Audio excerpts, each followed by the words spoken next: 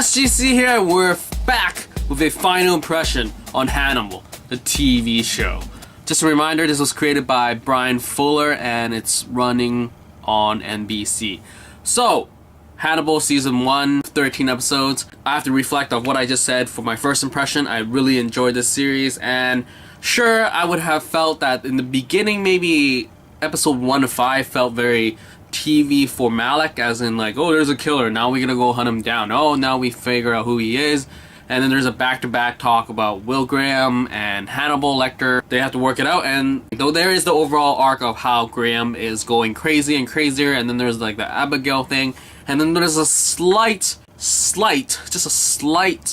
humor as to what is Hannibal really doing with the meals that he's having with these people. After episode 7, that's when everything really went out like the door. It got crazier and crazier as they started investigating this dude that might be this Ripper guy, and then actually it's not, it's Hannibal himself. And then there's like the slow reveal, and then it pulls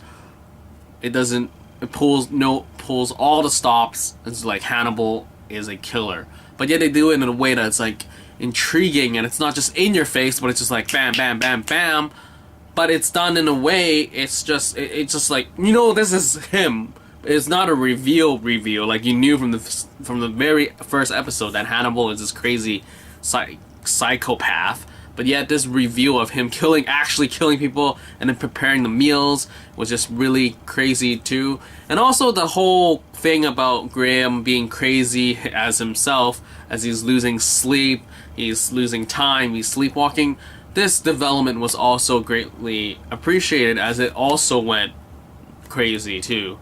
Because the first 5 episodes felt really draggy, as in like, yeah, he can't get out of the head of Hobbs, but now is he really doing everything? But as an audience, we know for a fact that Hannibal did everything.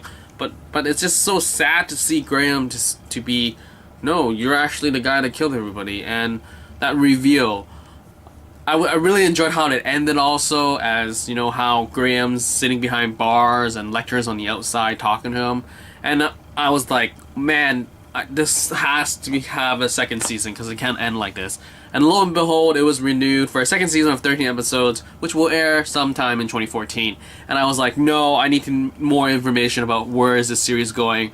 And going on Wikipedia, Brian Fuller actually has an entire plan laid out for this show to go for 7 seasons. And I totally hope that it goes to the plan that he wants. Because apparently his plan is for the first 3 seasons will consist of original material that has nothing to do with the movies, until the fourth season, which will cover the stuff that happened in Red Dragon, the 5th, the Silence of the Lambs, the 6th, Hannibal, and then the 7th original storyline resolving Hannibal's ending.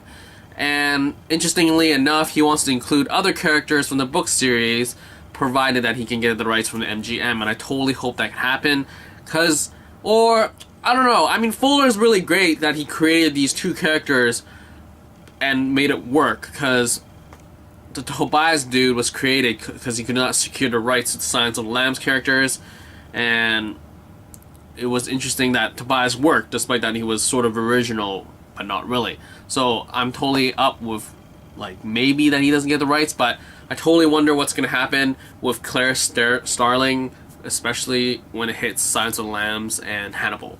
One thing that I have an issue with for this entire season is that the thing that they dealt with Crawford, as he deals with his wife, and we get really personal with his wife, and all of a sudden it just breaks out. Because I mean, there's so much things happening with Graham going really crazy, and then Hannibal is trying to cover his tracks.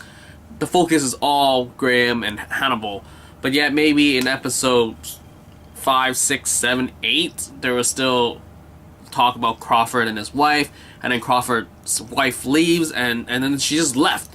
And then Crawford, I guess I don't know, it's just maybe a limitation of 13 episodes that you gotta really pack everything down. So I sort of wish that there was a conclusion to Crawford and his wife. Like, even though he does talk to Hannibal about how he feels about it, but where are they going with the relationship? Maybe they'll talk about it hopefully more in season 2.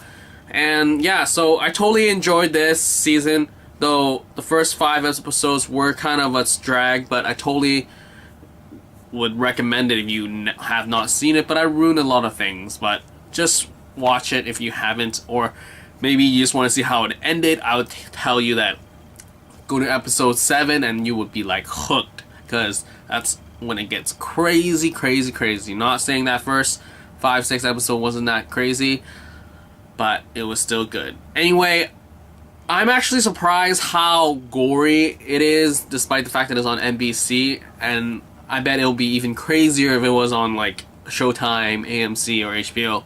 And I sort of like the way that NBC is doing it. That's sort of like, you see the aftermath and that's good enough, even though it's pretty gory and stuff. Some people are complaining about it, but I mean, it is Hannibal and crazy killers and psychopaths.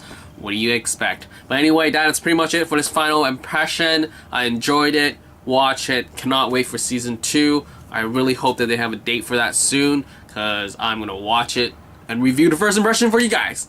Anyway, that's all for the final impression of Hannibal Season 1. See ya.